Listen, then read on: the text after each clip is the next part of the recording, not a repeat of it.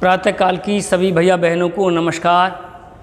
आशा है कि आप सभी अपने घर पर भली भांति ठीक प्रकार से होंगे।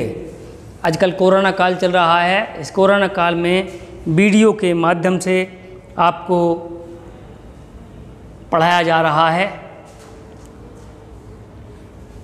भैया बहनों, आज हम वीडियो लेकर आए हैं कक्षा तृतीय एवं चतुर्थ के लिए विषय संस्कृत में बालक के रूप। बालक के रूप यह आपको आज बताया जाएगा। अकारांत पुल्लिंग रूप हैं बालक के। अब विषय बनता है कि अकारांत शब्द क्या होता है। तो जिन शब्दों का अंतिम अक्षर आ है वे शब्द अकारांत शब्द कहलाते हैं।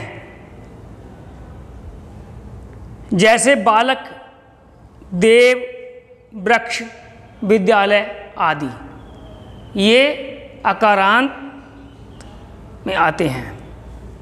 तो बालक शब्द के अकारांत पुल्लिंग में आप शब्द रूप देखें। इधर विभक्ति लिखी हुई है, इधर वचन लिखे हुए हैं। तो विभक्ति एक वचन, द्विवचन और बहुवचन। प्रथमा विभक्ति है। विभक्ति हमारी इसमें 7 विभक्ति हैं। नीचे संबोधन है। प्रथमा विभक्ति, द्वितीय विभक्ति, तृतीय विभक्ति, चतुर्थी, पंचमी, षष्ठी, सप्तमी और संबोधन। तो प्रथमा विभक्ति में तीनों वचनों में रूप इस प्रकार चलेंगे: बालकै, बालकौ, बालका। द्वितीय विभक्ति में बालकम, बालकौ, बालकान। तृतीय विभक्ति में बालकेन, बालकाभ्याम, बालकै। चतुर्थी विभक्ति में बालकाय, बालकाभ्याम, बालकेभ्यः। पंचमी विभक्ति में बालकात्, बालकाभ्याम, बालकेभ्यः। और षष्ठी विभक्ति में बालकस्य, बालकयो, बालकानाम। और सप्तमी विभक्ति में बालके, बालकयो, बालकेषु। और संबोधन में इस प्रकार हमारे चलेंगे रूप: हे बालक, हे बालकौ, हे बालका। तो ये आपके बालक शब्द के रूप हैं। इसी प्रकार आपके बालक के, गज के, नर के, खग के, छात्र के, पुत्र के, सुक के, अश्व के और काक के, कपोत के, हस्त के, नृप के, बिडाल के आदि अकारांत पुल्लिंग शब्दों के रूप होंगे। तो प्यारे भैया बहनों, आपने अभी ये बालक शब्द के रूप जाने। मैं फिर पुनः एक बार आपको फिर रियाज करा देता हूँ, फिर अभ्यास करा देता हूँ। प्यारे भैया बहनों, सभी से आग्रह कि सभी ध्यान से सुने और ध्यान से समझें। तो देखिए, प्रथमा विभक्ति में ऊपर विभक्ति दी हुई है, फिर वचन दिए हुए, एक वचन, द्विवचन, बहुवचन।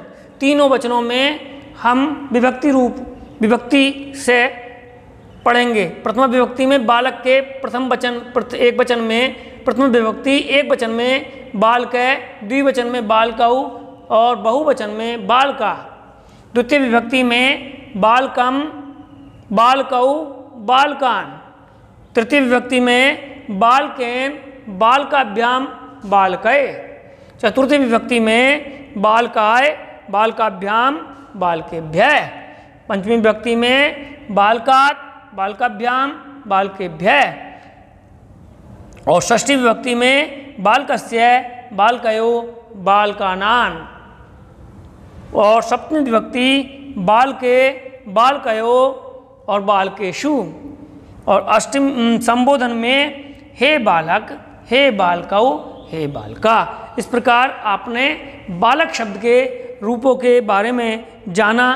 प्यारे भैया बहनों, आपसे निवेदन कि आप इन बालक के रूपों को भली भांति अच्छी प्रकार से याद कर लेना, क्योंकि अनुवाद बनाते हैं तब ये रूप हमारे काम करते हैं। इसलिए हमारा नैतिक कर्तव्य है कि हम इन रूपों को जानें, समझें और याद करें। जय हिंद, जय भारत, जय इंडिया।